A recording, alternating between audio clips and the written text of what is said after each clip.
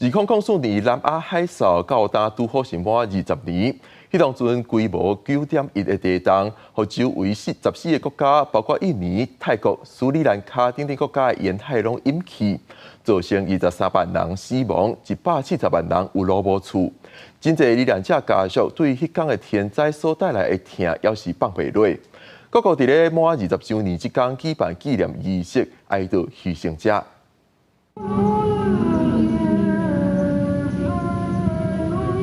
一个门园内底，妇女听到悼念的歌，头日日替南亚大海啸牺牲者祈祷。Kita kehilangan lah bang kan namanya juga keluarga kita, apalagi abang kita, kakak ipar kan anaknya. Sedih lah bang pokoknya.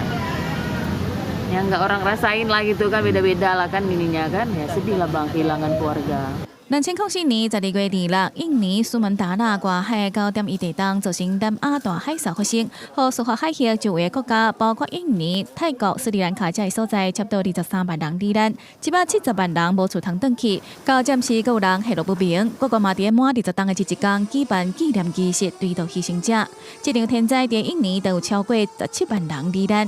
在印尼亚齐省的亚齐地区，有一个台14000多名牺牲者的公墓，嘛举办追悼仪式。斯里兰卡牺牲人数是超过3万5千人，死者家属甲追悼的人组织去坐修好的列车，到事发地点追悼因为海啸造成列车排练死亡的1000名罹难乘客。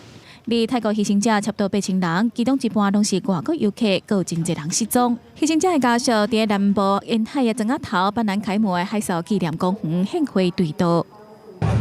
แต่พี่สาวกลางคืนเราก็โทรคุยกันปกติแต่พอมาณวันนี้เมื่อ20 ปีที่แล้ว。伫泰国南部临海潘雅会一间饭店，各个会举办海啸的纪录片放映会，还有政府的追悼仪式，甲非官方团体就业活动，会伫无同所在举行。除了这国家，包括索马利亚、马尔地夫这国家，拢有上百人伫这场地震内底牺牲。虽然20天过去了，不过这场世纪浩劫，到暂时有关无法度平复幸存的人，还有罹难者家属的痛。公司新闻台是董炳耀。